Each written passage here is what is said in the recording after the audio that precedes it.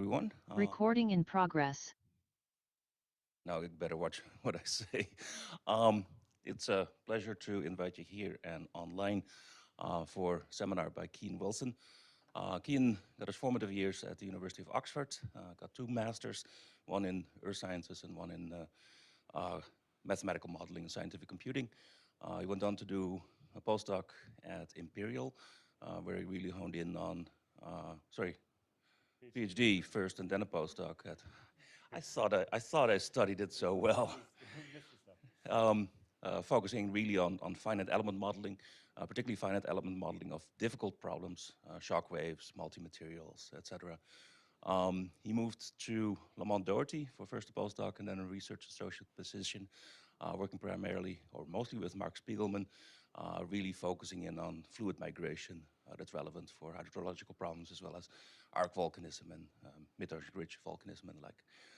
We were delighted to be able to hire him here on our scientific staff to help in large part support the research programs of Peter Driscoll and mine. But Cian also maintains a very active independent research program, of which you will see some of those efforts today. And he also is in broad support of computational science across campus and helps out with education and outreach. If you haven't seen his virtual sandbox yet, ask for a demonstration because it's really cool demonstrating how you can make things tangible through sand and a computer. With that, Cian, take it away. Thank you very much, Peter. Can everybody hear me? Is my microphone working? Okay, excellent. I'm beginning to think that I should just bring the sandbox to seminars instead and just have that.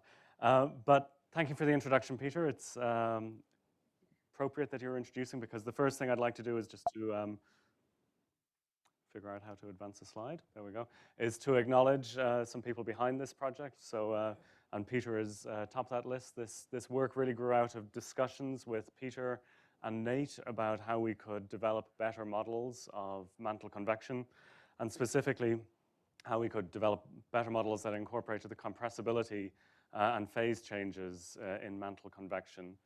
Mark Spiegelman at Columbia University steered us in the direction we're trying at the moment, and specifically steered us towards the ENKI project, which we've had speakers here before talk about. So the work that I'm going to be discussing today is very much built on the work of these 4 people down here, so Mark Iorso, Aaron Wolf, and 2 former PhD students, Lucy Tweed and Owen Evans, and I'm making extensive use of the software that they wrote during their PhDs. But returning to the title slide, what I'd like to do today is to sort of discuss how we can consistently couple thermodynamic and geodynamic models. And I'm going to be approaching that from both like a question of how we build the software to be able to do that, and also how we sort of build our physical models to be better to be able to do that. I'm doing this very much from a geodynamicist perspective. So for the thermodynamicists in the room, I apologize for my slightly naive view of thermodynamics. Our initial application is to mantle convection, so a very geodynamics problem. But I am interested in discussing how this sort of software approach might be applicable to other areas of geodynamics and coupling thermodynamics, for those of you familiar with other problems in the room and on Zoom. So I'm going to get to exactly what I mean by consistent in a little bit, but I thought I'd just start with a sort of like very simplistic view of what geodynamics and thermodynamics mean to me and why these are sort of difficult problems to couple. So I'm approaching this from the geodynamic side, so on the right-hand side, and we're interested in the movement of the Earth around some sort of spatial domain. So in this case, a sort of square box that is defined by some sort of spatial coordinate system x and y, and we're interested in variables within that domain, like the velocity, the pressure, and the temperature, defined as functions of space, and we're interested in their gradients, spatial gradients within that domain as well. from a very naive geodynamicist point of view, thermodynamics looks like a simpler problem because it's just interested normally just in a single spatial point, but it's interested in the behavior of the thermodynamic parameters as a function of a very large number of variables. So if we look at the thermodynamic parameters of density, heat capacity, or thermal expansivity, it's interested in looking at how these parameters vary as a function of pressure, temperature, but also if we start to consider composition, it can include being a functions of the number of moles of different phases and then the composition of each of those phases. So we end up working in a very multi-dimensional space, so much larger than the sort of just simple spatial coordinate system of geodynamics. And when we're interested in gradients within thermodynamics, we're interested in gradients with respect to things like temperature, pressure, and composition. So what I'd like to do today is just talk you through some of the software advancements that have really helped us approach problems in geodynamics over the last decade, specifically using code generation libraries. Then I'd like to discuss what sort of lessons we can take from that, apply to this thermodynamics coupling problem, and talk about this piece of software called ThermoCodeGen and the ENKI project. I'd then like to talk about the application of that to mantle convection, and if I have time at the end, hopefully I'll get to just discuss a quick multi-phase example, where multi-phase I mean solid and liquid, so multiple mechanical phases. There's going to be a lot of different multi-phases in this talk because you can have multiple thermodynamic phases and you can have multiple mechanical phases. In that case, I mean multiple mechanical phases. So what exactly do I mean by these code generation libraries? Well, there's been a plethora of these software libraries. I've listed a few of them here, but I'm going to be talking almost exclusively today about Phoenix, which stands for Finite Elements in Computer Science, and Terra Firma, which is my wrapper to Phoenix, stands for the Transparent Finite Element Rapid Model Assembler.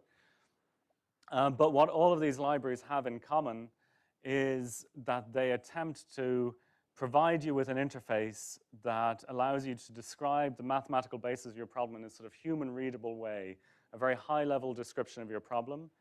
And then they're code generation libraries because they go away and they generate the numerical code necessary to run simulations.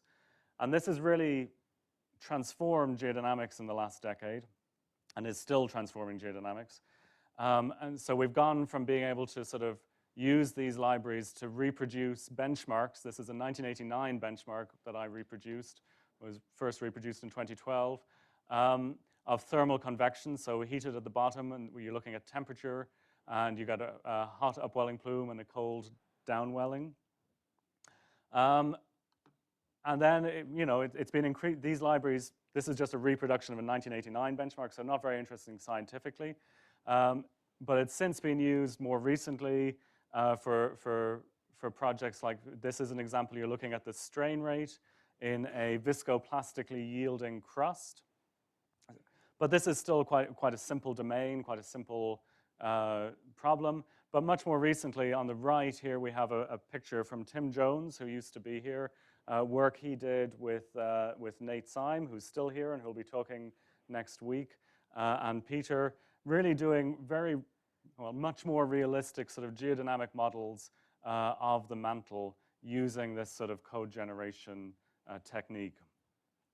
And I'd like to illustrate to you sort of the power of these techniques and what we want to take from them to apply to the sort of thermodynamics coupling problem. So if we start out with a simple, let's say, heat diffusion problem, so we want to solve this equation in the top left for U, given some F and G. We want to solve it in some spatial domain, omega, and where we have boundary conditions, so we know the values of U on the sides and the values of the gradients of U on the top and bottom. Then we're going to solve this in what's called the weak form, where we want to solve A equals L, where A is just the integrated by parts version of the operator at the top, or the definition of the problem at the top. And you can think of this problem as just sort of a heat diffusion problem with some source within the domain. And what I want you to take away from this is that we can describe this problem using these code generation libraries just with this little amount of code, this small amount of code. So if I talk you through that just quickly, we're going to define that our domain is a unit square here. We're going to define our boundary conditions with a few lines of code here. We're going to define our functions, u and this arbitrary test function ut here in green. We're going to define our right-hand side using some sort of expression here in blue. And then we're going to define the left-hand side and right-hand side of our problem, a equals L, here in these two lines in the darker blue. And then we're going to ask this software to go away and solve a equals L for us. And what's happening in the background is that this software, Phoenix, is taking our description of this problem, and it is going away and it is generating from these few lines of sort of human readable code, it is generating thousands of lines of machine code that it can actually run this problem and provide us ultimately with the solution. So this dramatically increases the sort of flexibility in our software. It really allows us to tackle a wider range of problems and to change the problems we're tackling much more easily. If we look at a slightly more complicated problem, this is that benchmark that we saw earlier, the 1989 benchmark, thermal convection, heated from the bottom. The only thing you need to know about the equations is that the first one is conservation momentum, the second one is conservation of mass, assuming an incompressible material, and the third one is a conservation of energy equation. So now, instead of that single equation, we have three equations that we want to solve, and the important thing about them is that these are nonlinearly coupled to each other. So, for instance, our viscosity is probably going to depend on the temperature, and our temperature is going to depend on the velocity because the temperature gets moved around the domain by our velocity. And because it's a nonlinear problem, we're going to want to tackle this using a sort of nonlinear solver, a Newton iteration. So if we define a vector of unknowns as u being velocity, pressure, and temperature, then we're going to update our solution at each iteration, our solution for u at each iteration, given the old solution for u, and given this matrix, inverting this matrix J, the Jacobian matrix, onto the residual of our problem F. So when we want to define this problem, what we have to define are F and J if we want to be able to solve this problem. And luckily, that's quite simple using Phoenix. So this is a mathematical description of what F looks like. Again, there are three equations. So the top one, again, is conservation momentum. Second one is conservation of mass. And the third one is conservation of energy. So just basic conservation principles. And that defines the residual that we want to find the zero of if we want to find the solution of this problem. And for that Jacobian matrix, that is just defined as the derivative of that residual vector with respect to our solution variables. And if I just flick one slide forward, what you'll see is defining this problem using something like Phoenix is incredibly simple. We just have to write these three lines that correspond to the three equations here, if I flick back and forward between them. And they're a very human-readable version of the mathematical formulation here. But the real power here that is coming to us from Phoenix is that Jacobian matrix is very hard to define by hand. It's very hard to write out, very hard to code up. But what Phoenix allows us to do is to take this representation of our residual vector F and just to ask it, take the derivative of this with respect to our solution variables to generate the matrix J for us. And it will go away and it will write the code necessary to do that, and we can then run that. And the reason it's able to do that is because at this point in the problem, our problem is still defined symbolically. It still has a symbolic representation of these equations, so it can go away and it can do symbolic differentiation on the computer, just like you would do sort of by hand. It can perform those operations symbolically on the computer. So what ThermoCodeGen is an attempt to apply these principles of sort of code generation and symbolic differentiation to problems in thermodynamics applied to geodynamics. And obviously, the ability to write the thermodynamics problem in sort of human readable code is very powerful, but that ability to take a symbolic derivative is incredibly powerful in thermodynamics. And again, this is a geodynamicist perspective on thermodynamics, but it's incredibly powerful because in thermodynamics, if you have a representation of a free energy, of a thermodynamic phase, so here G of phase I, given a temperature, pressure, and composition, then all of the sort of thermodynamic parameters that we need for our geodynamic models can be acquired by taking the derivative of that free energy with respect to temperature, pressure, composition. So we end up with an entropy, with a specific volume, but a phase density, a chemical potential. And then if we keep on doing that, we can generate heat capacities, thermal expansivities, and we can go even further than that and generate higher derivatives that are necessary then for our nonlinear solve in that Newton solver to generate that Jacobian matrix. So if we're able to describe our free energy in this sort of symbolic computational way, then we can generate these automatically. And ThermoCodeGen is an attempt to, harness the power of that symbolic generation to generate fast and accessible code for thermodynamic parameters. It uses symbolic representations of the free energy in Python using SymPy, using the module SymPy, to generate fast C code for the thermodynamic parameters. It does include database storage formatting for sort of reproducibility and portability. And as I've said already, it's part of the ENKI project, which it's now over, but was an NSF-sponsored SI² project developing open source software. The ENKI project overall really consists of two major sort of pieces of software. And these sort of follow that division that I had on the sort of third slide with sort of the thermodynamics approach on the left and the geodynamics approach on the right. So Thermo Engine is some software that is cloud-based and does these sort of point-wise thermodynamic calculations. And ThermoCodeGen, which is the code that I'm talking about today or using today, is an attempt to couple that or to enable the coupling of that to geodynamic software. At their core, they both depend on and use a module written by Mark Giorso, originally called coder.py, that does a lot of this symbolic representation and automatic differentiation for us. So if we're interested in building a thermodynamic database using ThermoCodeGen or using this software stack, the first thing we have to do is define end members for our thermodynamic system. So these can really be anything. They could be oxides. They could be anything you want. I'm going to be talking today about the Stixrud and Lithgow-Bertoloni thermodynamic database. So my end members are actually pure minerals.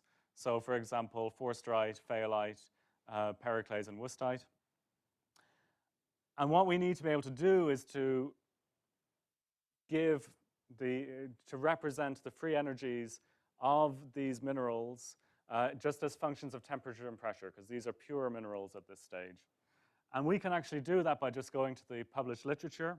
So you may not be able to read this perfectly, but on the right-hand side is the Stixrud and Lithgow-Bertoloni thermodynamic description of their database. And on the left-hand side is a Jupyter notebook, so Python, that describes just lines from their paper. So literally taking what they have done in their paper and entering it symbolically into SymPy and Python. And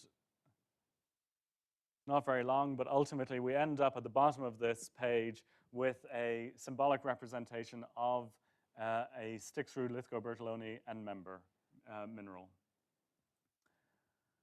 So once we have a description of those end members, we can start to worry about composition by building solution models between the end members to represent thermodynamic phases. So for instance, olivine or ferropericlase, magnesia wustite. And this is where composition comes into it, and we want to mix the free energy models of our end members into a free energy model for a phase. And again, that involves going to published literature and taking these models, these thermodynamic models, and just representing them symbolically in Python. And at the end, we end up with a model, a thermodynamic model of a phase according to this database. So all we've done so far is represent the free energies of these phases. We haven't written anything for any of the thermodynamic parameters that we're actually interested in using in the geodynamic models. But if you recall, that's all we needed to do in order to generate those automatically using ThermoCodeGen. So if we let ThermoCodeGen take this symbolic representation, go away, generate a library for us, a thermodynamic library for us, and then we can load that back into a Jupyter notebook, and we can ask it what functions are available to us. And if I just zoom in here on this, you'll see that there are functions available now for the heat capacities and for all these derivatives of the Gibbs energy with respect to composition, pressure, temperature. And these have all been automatically generated for us. And just to compare that to sort of the sort of traditional way of doing that, this is a screenshot from Thermo engine showing handwritten functions for the heat capacity and for the derivatives with respect to different variables. So this was incredibly prone to human error. Not that I ever found any problems with Thermo engine, but you can imagine if you're changing thermodynamic databases, you want to develop a new thermodynamic database, this was a very long and arduous process that was sort of prone to introducing errors that you don't expect or inconsistencies that you don't expect. So I said we were going to try to apply this to mantle convection. And obviously mantle convection is a problem that's has been modeled for quite a while. These again are the equations for the conservation of momentum at the top, mass in the middle, and energy at the bottom. And I've added some constitutive relations here for the viscosity or the thermal conductivity. And these equations have been modeled. But if we look at them, we can see that quite a lot of what we have as coefficients in these equations are thermodynamic parameters. So we have densities, heat capacities, thermal expansivities. And so the question arises, well, how have these been sort of tackled in the past, in previous models?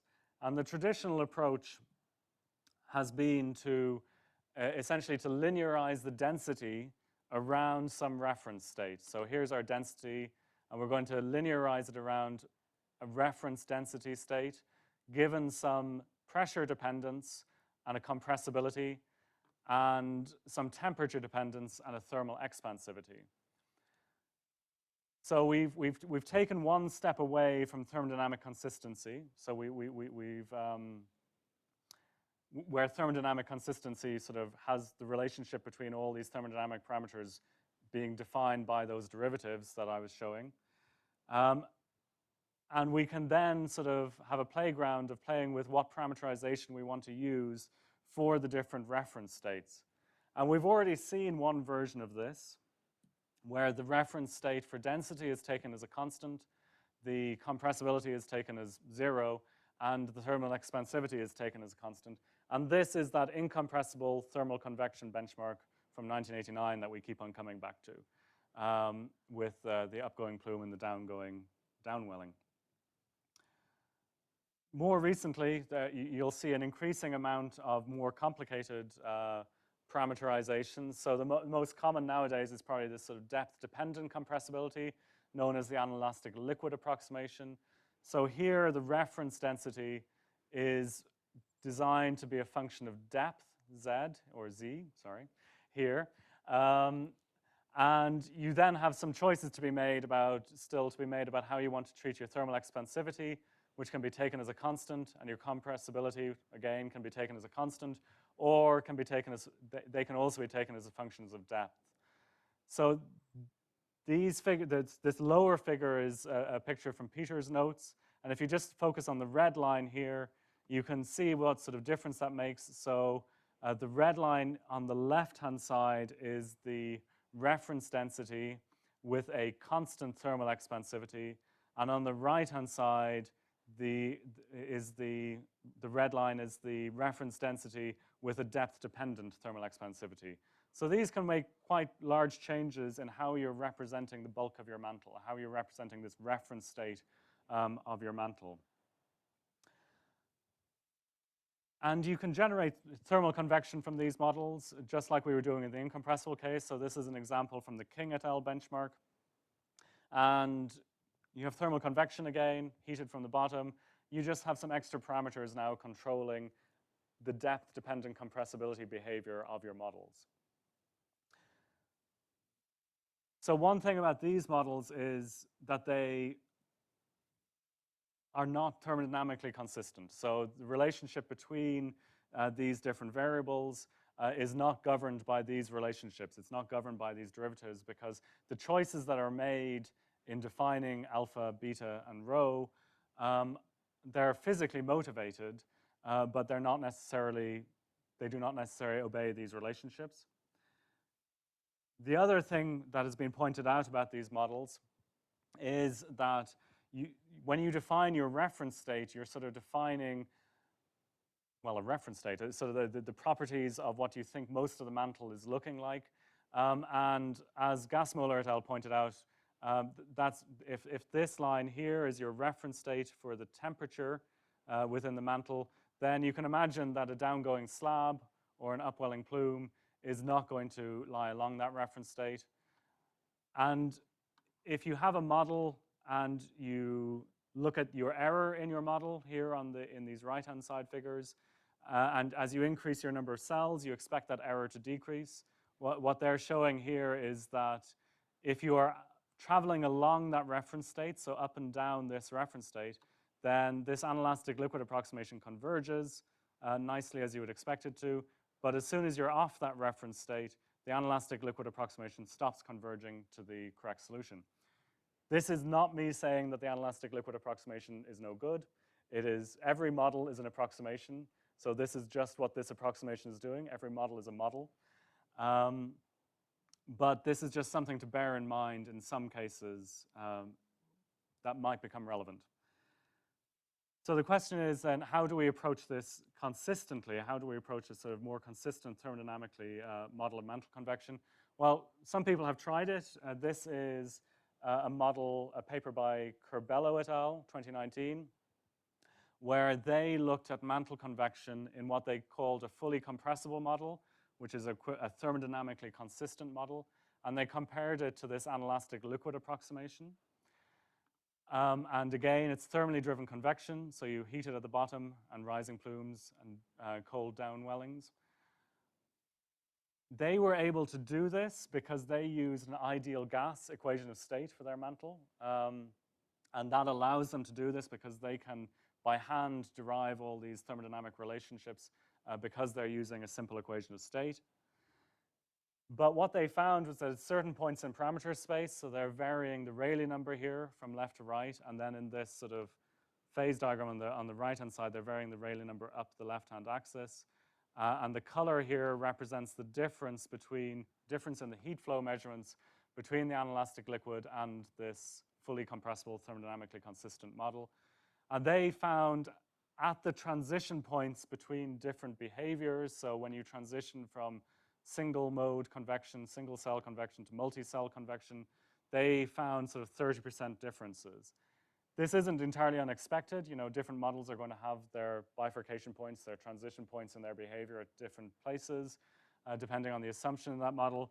But one thing that they did point out in this paper is that a lot of the thermodynamic the non-dimensional parameters that you hear geodynamicists talk about, so you'll hear them talk about epsilon in terms of their thermal sensitivity of their model, the dissipation number in terms of their sort of compressibility, their depth-dependent compressibility sensitivity, Prandtl number in terms of their inertia sensitivity, and Rayleigh number in terms of their sort of buoyancy, vigor, sensitivity, at least 2 of these parameters fall out as soon as you're using a thermodynamically consistent model. And the reason that they fall out is because they are entirely governed by thermodynamic parameters. So they become, which these models were previously approximating, and they become unnecessary once you have a rigorous sort of thermodynamic model behind your geodynamic model. The only variables, the only sort of parameters, the non-dimensional parameters that you're left with are the Prandtl number and the Rayleigh number, and they control the ratio of your viscosity to your thermal conductivity and the product of your viscosity and your thermal conductivity. So the reason they still exist in your problem is because they are governing things that are not controlled by the thermodynamics. They're governing more mechanical features of your model. So there are a couple of issues with this approach. One is obviously that the mantle does not have an ideal gas, does not obey an ideal gas equation of state. And the other issue is that the mantle has multiple thermodynamic phases. The mantle is not a single thermodynamic phase. And you can see this in the phase diagram on the left from Stixrud and Lithgow-Bertoloni again, which shows the different thermodynamic phases at different temperatures and pressures across the mantle. So olivine, garnet, and pyroxenes in this field here. And one of the issues with this is not only that it's more complicated, the equations of state are more complicated, but also there are these sharp phase boundaries between the different lithologies, the different sort of phase lithologies that exist within this phase diagram. And that's an issue for 2 reasons. So first of all, in numerical models, we like to model everything continuously. Everything wants to be smooth. So having these discontinuities is a real pain when you're modeling things numerically. But the other problem is that if you're at a temperature and pressure where you're lying on one of these phase on one of these phase boundaries in equilibrium, then we don't actually know which phases are present at that phase boundary. The problem becomes degenerate if you're looking at it in pressure and temperature space. And Connolly illustrated this on the right-hand side here for a sort of simplified andalusite, kyanite, sillimanite system, and just demonstrating that it depends how we look at this problem. So if we look at it in terms of internal energy in the lower right, then kyanite, this K, andalusite, the A, and S, the sillimanite, are all well defined across entropy-specific volume space when we talk about the free energy in terms of internal energy. But once we go into this pressure-temperature space, this Gibbs free energy space in the top left, then these red lines represent these phase boundaries along which both phases exist, and the problem is degenerate to determine the proportions of the phases present. So again, people have modeled the mantle with multiple phases. And I'm going to argue here that the approach has basically been to sort of smooth out these phase boundaries. The approach has traditionally been to sort of smooth them out a little bit. And this approach really dates back all the way back to 1985. Modeling again, thermally driven mantle convection, but this time with some sort of jump in density roughly halfway across the domain. But that jump in density represents one of these phase boundaries.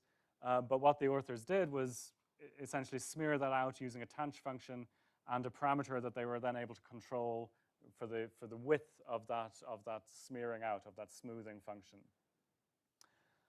Other approaches include using lookup tables. So pre-calculating all your thermodynamic parameters, pre-calculating the densities, heat capacities, thermal expansivities at different pressures and temperatures, and then using that from your geodynamic model to just look them up at different temperatures and pressures. I'm going to argue that that also represents a sort of smearing out of the problem, because the smearing out of your problem then just depends on the resolution of your lookup table in pressure and temperature space. So it depends how many points you're representing these jumps by. The other thing that this approach does is it throws away composition. So we're just then able to look at this in pressure temperature space, and we lose a lot of, we have to fix our composition. We lose a lot of that compositional information. The final approach, I'm just going to mention it because I haven't actually seen it applied to a sort of multi-phase mantle, is that we can approach this and look at it in a different energy representation.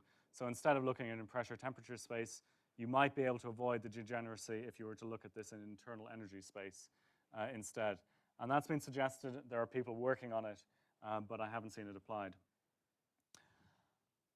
The issue with the smoothing approaches is that even if you have thermodynamically consistent representations for the individual phases, as soon as you introduce this smoothing, you're destroying your sort of thermodynamic consistency in the background of the model.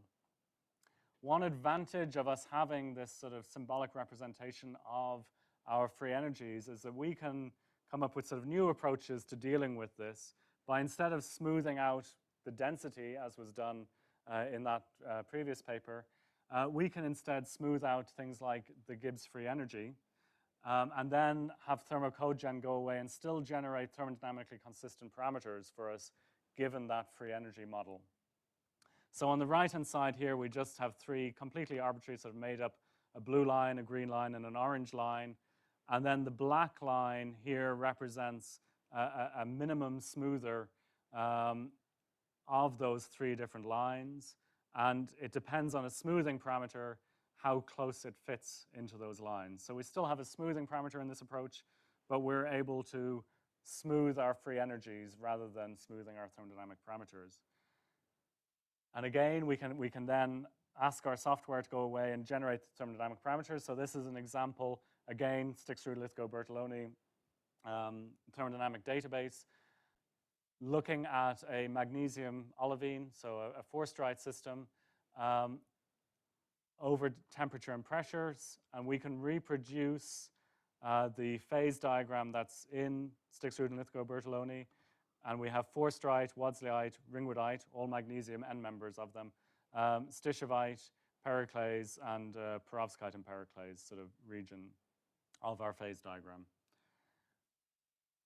We can then generate the derivatives of that free energy, and we can compare the sort of equilibrium or the discontinuous version of the density, the thermal expansivity, and the heat capacity on this top row on the right-hand side.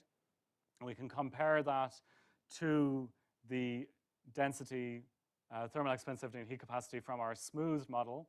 And you can see that the densities look fairly similar, but we end up with these bumps in the thermal expansivity and the heat capacity because these are derivatives, and those bumps are sort of regularized Dirac delta functions at those discontinuities in the original phase diagram.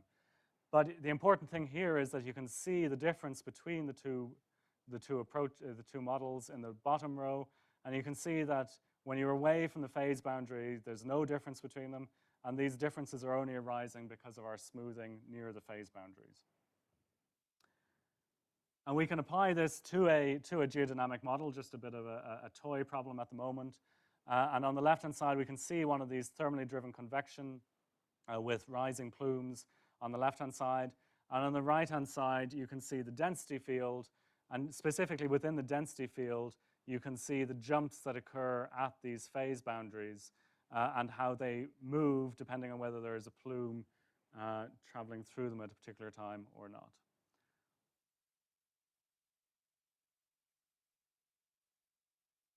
So this approach allows us to tackle these problems, but it still has this sort of physically unintuitive smoothing parameter behind it that we're using to control the smoothness of our free energy at the phase boundaries. An alternative approach is, instead of treating this problem as a sort of pseudo equilibrium problem, as a problem where we want the thermodynamic phases to always be in equilibrium, an alternative approach is to take a disequilibrium approach, a reactive disequilibrium approach, and to instead allow phases, thermodynamic phases, out of equilibrium at different temperatures and pressures to exist, and then to give them a reaction rate that will make them head towards equilibrium. And so that's a sort of I'm going to hopefully show that that's a sort of like much more physically intuitive smoothing parameter. It's a reaction rate that is driving things towards equilibrium, but they're not necessarily at any one point in time in equilibrium. What this does to the geodynamic equations that we need to solve is dramatically increase the number of them. So previously we had 3 geodynamic equations. We had momentum, mass, and energy conservation. I'm not showing momentum or energy here, but I am still showing the conservation of mass equation. But now we have additional conservation of mass equations for each thermodynamic phase and for each component, each end member of each thermodynamic phase. And so this dramatically increases the number of equations, which is where that sort of flexibility in this sort of using these code generation libraries becomes extremely important. We can add equations to our model relatively simply. Normally the barrier is us learning about how these equations behave rather than the programming of them at this stage. But the other thing that we need to define here is the reaction rate, a transfer rate between the different phases and between the different end members, and that's encapsulated in this gamma term that's appearing on the right-hand side of the phase and component mass equations. And we have to be able to define that thermodynamically consistently. And I'm not going to go into the details of this, but this is one of these problems where you go away, you think about it for a while, and then you find that there was a book written in the 1960s that tells you the answer. So a lot of this theory is based on de Groot and Mazur, who approached this from a single phase, multi-component, multiple end member approach. That was sort of expanded by Rudge et al. Into a sort of multi-phase approach. But really what I'm showing here and this formulation is based on Lucy Tweed's PhD thesis, where she came up with this formulation for these reaction terms. And the only thing to point out here is that these gammas end up ultimately depending on these chemical potentials, these mu's here.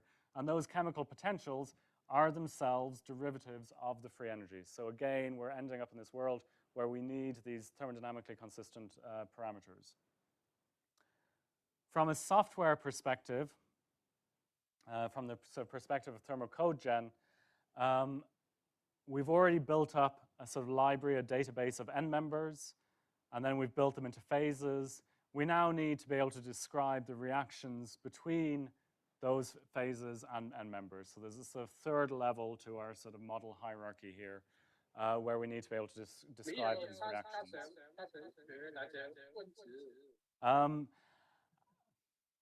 And if we go back to thinking just about that pure magnesium olivine system, and instead of thinking about that in that pseudo sort of equilibrium approach, instead we think about it in a reactive approach, what would that look like? Well, we're going to have, in this case, 3 end members. I seem to have dropped the Stishovite from this particular. So three chemical end members. It's distributed across 5 different phases, and then a description of 6 different possible reactions between the end members of those phases. Luckily, the number of reactions does not control the number of equations we have to solve. They all just get wrapped up into those gamma terms on the right-hand side. But our number of equations that we have to solve on the geodynamic side has increased here. So we now have 5 equations to solve for the phase mass, 1 for global mass, 1 for momentum, and 1 for energy. So 8 in total, 8 geodynamic equations to solve in total. And so just to demonstrate this on a somewhat simpler problem, I'm going to solve for an isentrope. So I'm going to take a piece of forsterite, or a piece of forsterite, and I'm going to start with that at the surface at a particular temperature, I think actually reasonably cool, 900 degrees centigrade, and I'm going to drop that through the mantle in a manner that conserves entropy. So this is an isentropic solution, or sometimes called an adiabat as well. And as you can see that forsterite, this blue line here, travels down through the mantle, increasing depth, going down, and then it reacts away at a certain depth and instead produces Wadsleyite, which then itself reacts away, generating ringwoodite, and eventually generating a perovskite and periclase. at the bottom of the domain. And those reactions are being controlled, you can see, by these gamma terms, which kick in at the right temperatures and pressures, depending when the thermodynamics tells it to. And as we go down, the pressure increases. And what else is important to see in here? So you can also see that the total entropy here, this black line, is a constant, which is one of our requirements. And we end up with a density profile, the black line in the bottom right figure, and a temperature profile. And what I'm showing in both of these is the solid line is this reactive approach, and the dashed line is that smooth pseudo-equilibrium approach that we saw earlier to this. So I said I was going to argue that the reaction rates are a kind of smoothing parameter in themselves, a sort of much more physically motivated smoothing parameter. And that's encapsulated in this model by a Damkohler number, which is the relative rate of reaction to the rate of transport. And that is set to 500 here. If we increase that quite dramatically to 10,000, I believe, what we see is that our solid line comes much more closer to that sort of pseudo-equilibrium approach that we were using earlier. And so we now have this much more physically motivated smoothing parameter in our model that deals with these phase boundaries in this sort of physical way. An interesting side effect of this is that our isentropic solution here, our solution with depth, is going to depend on whether we're going down or whether we're going up. So if we instead start at the bottom of the domain with an equilibrium assemblage of perovskite and periclase and travel back up again, that's represented, I don't know how visible it is, by a dotted line here, and that gets smoothed out in the opposite direction because you're now traveling up and the reactions now happen above the equilibrium phase boundary. So everything we've spoken about today, and I'm almost at the end, so most of what we've spoken about today is this sort of constant compositional problem. These examples are pure magnesium olivine. We can also think about what this system would look like if we were to introduce iron into the system. So now we have a magnesium iron olivine system. We increase our number of end members to 1, 2, 3, 4, 7, 7 chemical species. And they are distributed across 1, 2, 3, 4, 5, 6 phases. And we have a whole lot of reactions to define between those between the different end members of those phases. Again, number of equations does not scale with number of reactions, luckily, but we do still have a lot more equations now to solve for. We have 6 phase mass equations, 11 end member mass, 1 global mass, 1 momentum, and 1 energy, which means we have 20 equations to solve in total. And if we look at the isentropic solution here, again, for an olivine that we're starting out, I think, at Forster at 90 and dropping down into the mantle and conserving entropy as it goes down, you can see that the olivine reacts away to produce wadsleyite, reacts to produce ringwoodite, and perovskite and periclase. But now we can trace the compositions of those minerals and of those phases as they travel through the different phase boundaries. And again, the Damkohler number here behaves as a sort of smoothing parameter. So this is a Damkohler number of 500. And if I increase that, the dashed line here represents a Damkohler number of 10,000. So much sharper phase transition occurs here. One thing that I forgot to mention when we were back on this diagram is one of the exciting things about this approach, about this reactive approach. It makes the problem significantly more complicated, but it does admit or allow for metastable phases as we go through phase transitions.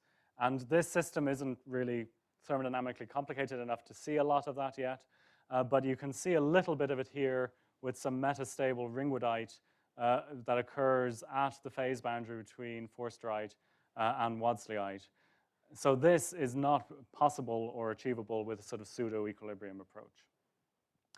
And yet metastable phases are invoked a lot for some processes in the Earth, like deep earthquakes and things like that. So if we can approach this problem this way, we might be able to model some of those more interesting systems. Okay, so it's 11:55, and I don't want to keep anybody, but so let me just give some conclusions so far, and if we have, we start late? Okay, so let me just give some conclusions so far, and then if there's a moment at the end, I will talk you through some of Lucy's work doing a sort of multi-phase example, just a couple of extra slides at the end looking at that. So I guess my conclusions are there's a lot of complexity that we can unlock through coupling of these geodynamic and thermodynamic models. I don't think it's clear how useful some of that complexity will be to sort of traditional mantle convection models. There are definitely problems that we can solve using this that we aren't able to solve using a sort of traditional approach, but that isn't to say that previous approaches have been incorrect. They are just models. But if for the problems where we are interested in unlocking that complexity, so this symbolic math-based code generation is a really powerful tool to do it. But as we've seen here, it also requires new approaches, new sort of physical intuition in our problems, the expansion of the set of equations that we're solving, things like that. But this reactive disequilibrium approach sort of gets us closest to the underlying thermodynamics and also gets us much more physical intuition on some of the parameters that we're using. So this is still an ongoing project. This is still something we're working on, generating a sort of fully consistent mantle convection model. Some interesting things happen when we look at a sort of multi-phase model. So whereas in the previous slide for this magnesium iron system, we had to define an awful lot of reactions in order to fully describe our system. In the multi-phase system, in this case where we have a fluid and a solid, some interesting things happen. A lot of that complexity in the reactions goes away, and I'll explain why now. And instead, it gets replaced by complexity in the geodynamics. So you have this trade-off between the sort of mantle convection model is relatively simple in its geodynamics. It only has a single velocity field driving the flow. In this example, we have multiple velocity fields, a velocity field for the fluid and a velocity field for the solid. So the geodynamics becomes more complicated, but the thermodynamics and the reactions we have to describe are considerably simpler. So in this example, this is an example from Lucy's thesis again, modeling the forced-right silica system. And she just defined 4 thermodynamic phases, but because the liquid is an omnicomponent phase, it contains all components of the system, she only had to define 3 reactions between these phases because the liquid sits there as a sort of intermediary between them all and sort of communicates between each of the solid phases. So whereas we needed to define all those reactions to communicate between each and every solid in our system, the liquid is here acting as sort of intermediary, which considerably simplifies our description of the system. So she has a forced-right, an orthoperoxine enstatite, and a silica as her solid phases, and then she has a single liquid or melt phase. These phase diagrams were generated using ThermoCodeGen, again using the same software, and these phase diagrams were chosen sort of physically motivated as a very simple eclogitic model with the, I wish I could see this a little clearer, with the quartz and orthoperoxine on the right-hand side of these phase diagrams, and as a sort of pseudo, very simplified Hertzbergite model on the left-hand side of these phase diagrams. And she imagined, I apologize, my screen here is turned off, which isn't very helpful. She imagined, I can't see the time anymore, so I must be good. She imagined an inclusion of this sort of pseudo-eclogite encased in this sort of pseudo-Hertzbergite, this very much simplified thermodynamic system. And so this is 10 meters with a small inclusion of quartz and orthopyroxene in an olivine and orthopyroxene. And it starts at the bottom. This figure starts at the bottom, and it travels up through the mantle following this temperature pressure path here on the left-hand side. And it reaches the solidus for the pseudo-eclogite, I think at 2, and the solidus for the pseudo-Hartswigite at 4. And what you can see is that you start producing a liquid at 2, and you can really see it at 3 here. This liquid is present. But the liquid, the melt phase is not, oh, sorry about that. The melt phase is not stable in the presence of the Hartswigite. And so you get these reaction rims of orthopyroxene forming around the inclusion here that persist even after you've gone past the, even after you've reached the solidus for the Hartswigite material. So you can see these spikes here. Ultimately, the entire system starts to melt. And so this is a sort of simple 1D demonstration of a slightly more complicated 2-dimensional problem that has been run before using parameterized models. So in this case, you have a melt flowing into the bottom of your domain that is undersaturated in silica or it becomes undersaturated in silica as it travels up through the domain. And because it's undersaturated in silica, it wants to react with that orthopyroxene and eat it away. And this is what leads to this sort of classic reactive channeling problem, as you see on the right-hand side, that depends on your reaction rate and your diffusion rate of the silica within your liquid. And Lucy was able to reproduce this, again, thermodynamically consistently for this system. So again, you have melt coming in the bottom of the domain, traveling up. As it reacts with the reactive material above it, it generates these reaction channels as the material is reacted with, and you get these regions of high porosity. And you can also see this reflected in where the melt is fluxing through the reactive zones up here. The orthopyroxene in the solid has been reacted away within these channels, and the amount of silica in the melt also increases as it absorbs the silica from the solid and reacts with it. So that's a sort of multiple mechanical phase example of the application of this software. So it's not just a tool that's being developed for mantle convection or just with mantle convection in mind. It's generally applicable to a much wider range of problems. And with that, I'll thank you for your time and open up to any questions.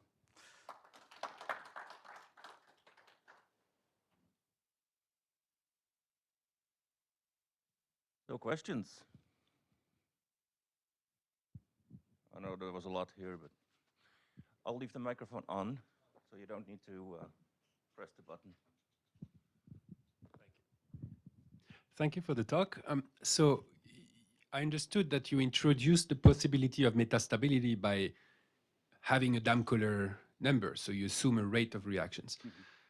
So my question is, what is the Damköhler number? What is the natural, because you can, obviously with these models, you can play with it, right? You will always have a metastability because it's prescribed in the model.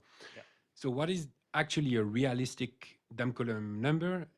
I mean, obviously I know there's not a single answer, but can you discuss that? Thanks. Yes, that is a good question, and I don't think we actually know the answer to it. I think it's a somewhat unknown parameter. And how it's going to behave is very much going to depend on the form of these reaction terms that we define. So there's a lot more going on. I pointed out that ultimately these are thermodynamic parameters, but there are other things going on here. For instance, there's also a surface area term. So the reaction can only take place, right, if a phase is present to take part in the reaction. And we have to define that in some way. And so it's not just the Damköhler number that's defining the rate of these reactions. It's also some of these other terms that go in here, how you define the surface area, how you define the temperature dependence. These are all, at the moment, really, I think, open questions. the only thing I would have to say is that if you believe your system is close to equilibrium, then you should have a really high Damn-Kohler number. And if you believe it's not close to equilibrium, you should have a really low Damn-Kohler number. But how far you can play with that, it's, I think, definitely an open question.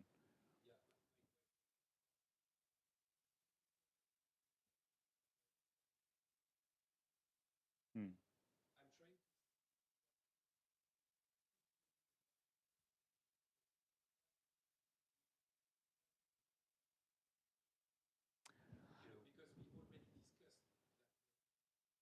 Yes.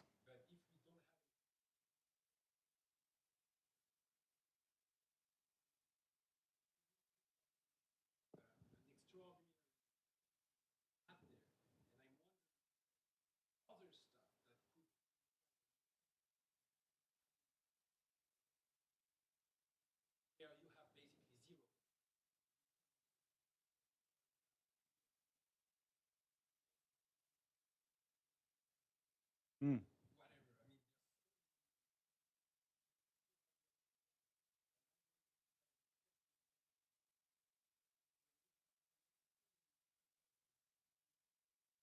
Yes.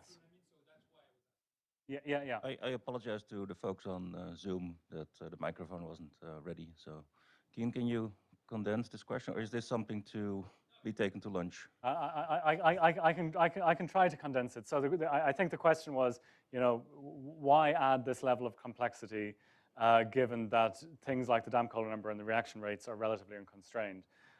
I mean, I would say that that's a problem with many models.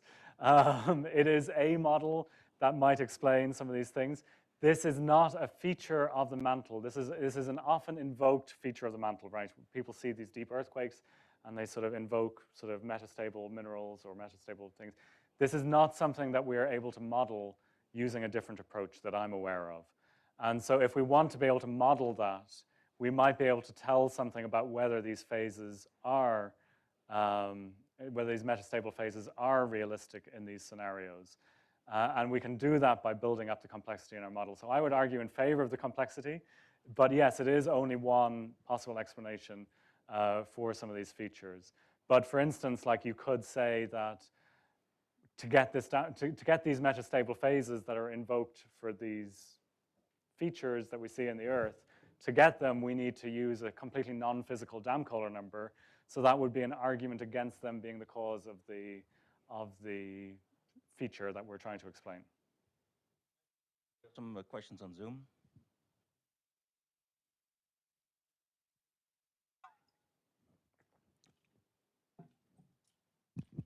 I think you might be reading them out. Oh, okay.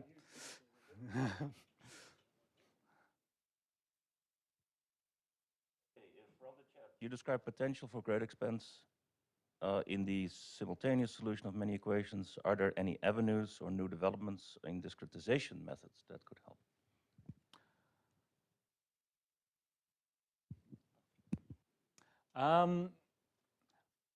I think when I was describing the full problem, there's definitely a lot of increase in the complexity and a lot of increase in the number of equations. But what I'd like to emphasize is also the sort of flexibility of the software that we're talking about. So we're not forced to use the most complex model here. We can use a thermodynamically consistent database in a sort of simpler model. And that's kind of what I was trying to show with the sort of smoothed approach, that we can do that and not have the added complexity in the geodynamic model. So how much complexity we want to add either to the thermodynamics or to the geodynamics becomes incredibly flexible when we're using this software. In terms of new discretizations, everything that I was showing here today was doing finite elements. I'm sure there are tricks that will somewhat simplify these, but I think it's very hard to get away with the most complex models that we're talking about. It's very hard to get away from solving all those equations and having to discretize them all.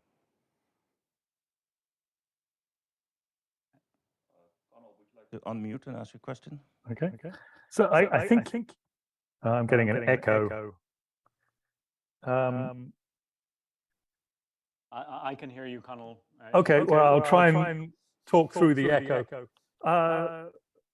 you hinted at it when you talked about surface area, but grain size can be very important for viscosity and things. And is that also in your model?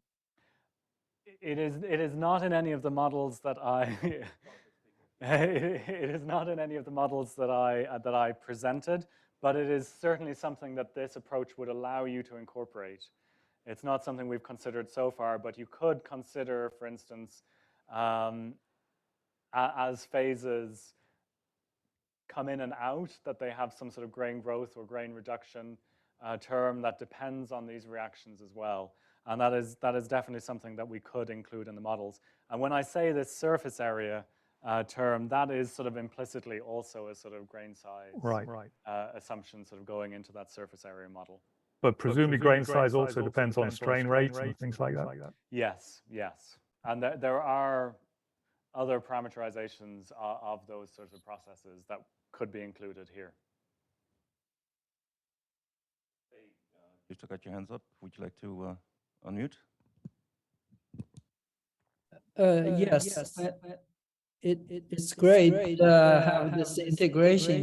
Presumably you can get all the density information, right? So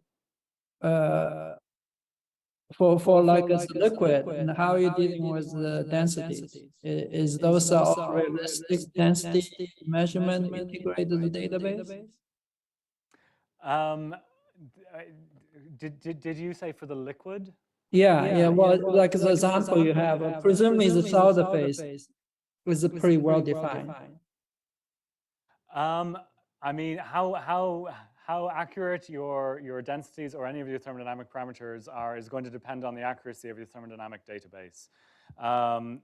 For the solid stuff, I was entirely using Sticksrud Lithgow Bertoloni database of mantle minerals.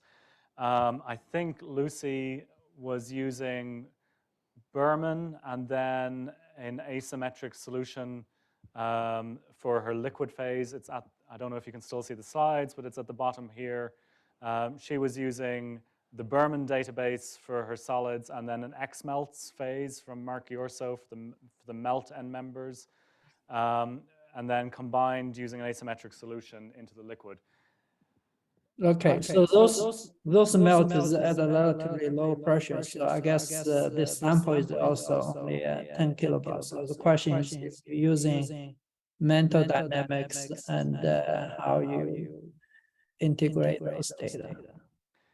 Yeah, so I mean, when I kind of talked about one of the advantages of this approach is that you lose some of those non-dimensional parameters that geodynamicists like to talk about because they're completely set by the thermodynamics. You're essentially shifting the blame. You're shifting the complexity of defining those from the geodynamics to the thermodynamics. So really, it's entirely dependent on how good your thermodynamic model is. And I'm not really qualified to speak to that. But it is something that I know that Mark Yorso and Aaron Wolf worry about a lot when they're developing these models. We have Hang on, Steve. Hang on, Steve. Yeah, sorry, it's kind of an instinct to turn to the speaker. I know, It's funny. feels a little weird, but Cian was talking to the speaker. So two questions. Just following on what Connell said, you know, when Magali Billen was here and gave this very elegant series of talks about deformation of the slab and the transition zone, it's all based on the rheology of olivine. And so it seems like there's huge advances that could be made, this kind of modeling approach, by building other phases into those rheologies. Have you guys thought about that? It's kind of like the grain size. Everything I showed here today, we haven't really looked at any complexity in the rheology side of things. But again, you could use it to define different rheologies based on the composition if you have rheological models available of those phases. So that's certainly possible. And in fact, Magali's paper is one of Magali's papers is one of the ones I was thinking of when that sort of invokes these metastable phases as an explanation for some of the deep earthquakes, I think. And of course, you know, we're thinking a lot about serpentinization of the mantle portion of the slab, and those zones of serpentinization are going to be mineralogically very different in the transition zone potentially than, just unaltered Hartsbergite. And so you're going to have pieces of the slab that are going to, rheologically have to behave differently, I would think. But, so back to your Phoenix first part of your talk. You send the software away to go do its thing, and how do you know it's doing the right stuff other than looking at a final model that looks like an earlier model that you guys are happy with? Yeah, I sort of glossed over that and made it seem very simple. It's harder than I made it look. But you run benchmarks. Like a lot of the pictures you saw today were like benchmark solutions.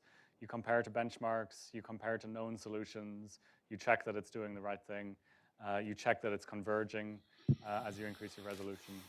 So there's a lot of like work in the background to make sure that these things are functioning right.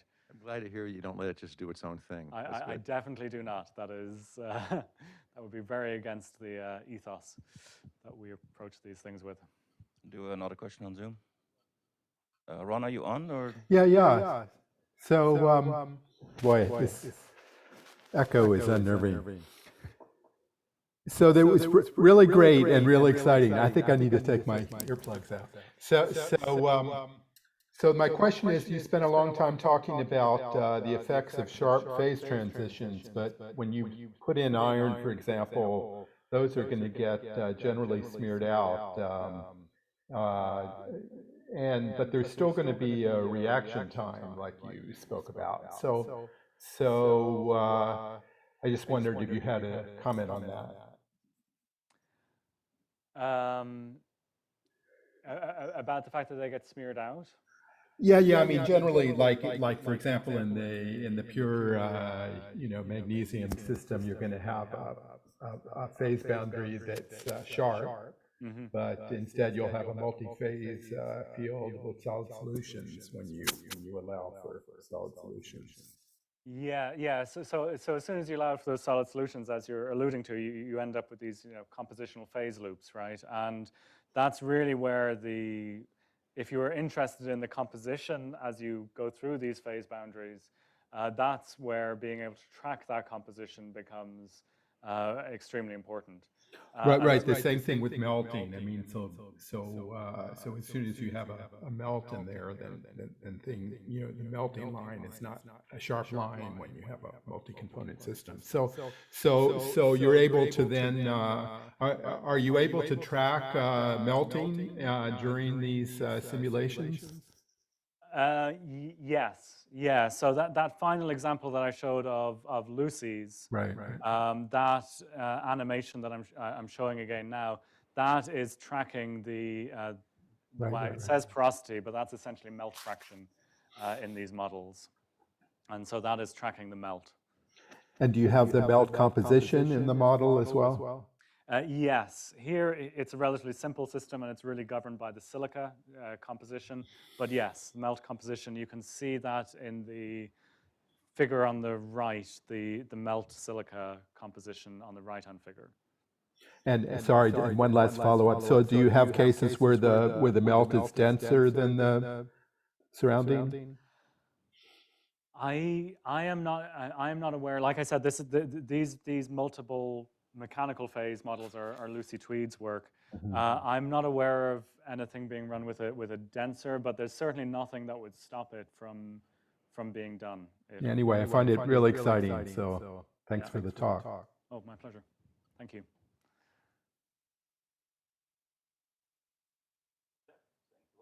And see you at lunch. Yes. Thank you, everyone.